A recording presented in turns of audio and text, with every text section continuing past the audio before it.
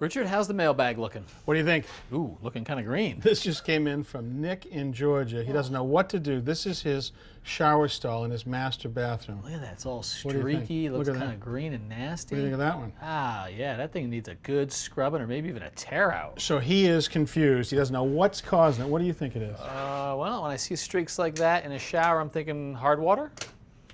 Exactly wrong. You were 50% off. You set me up. Well, you know, anytime I see that, it suggests that it's actually soft water. What? Not hard. So when we think about water, it falls down onto the earth, and now it has to go down through the earth's crust. And when it does, it'll pick up whatever minerals are in that core. Right. Okay? So some minerals will cause things to go from the neutral, which is a pH level of 7, Yeah. to be more alkali, which would be 7, 8, 9. That's hard water. That is all over the country. That's where the biggest issue. Hard water.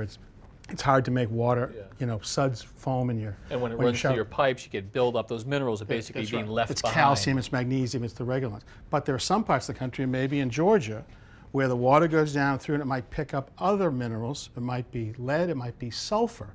Now that will turn that water to the left of neutral, which Below is 7. 7, 6, 5. When that happens, it can actually eat up copper. Now this is copper.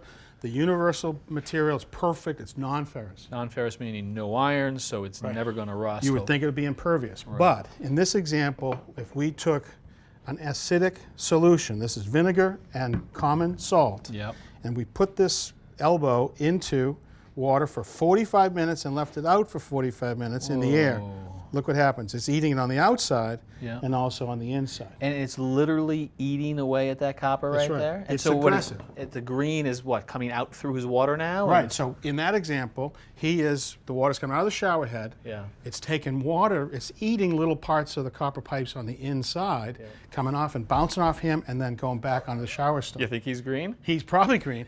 You know, it also makes me suggest that this explains what happened to poor Lady Liberty. Oh, look at this. When she came from France, she was bright copper like this, and over all those years of acid rain, slightly making that copper turn green, and it's slightly getting rotted away. So if this is eating away at the pipe, I mean, that's a problem. I mean, when you have hard water, you're not really worried about anything other than the fact that you can't make suds. That's right. But if you're saying that soft water will literally eat away at the copper, That's right. are you concerned that this pipe's going to eventually fail? And I mean, I guess you have to fix Over it. time, yeah. I mean, it's aggressive enough that it's going to eat this material that you wouldn't think would be able to be eaten. So when you want to fix hard water, you put in a water softener. Do Right. they have a water hardener?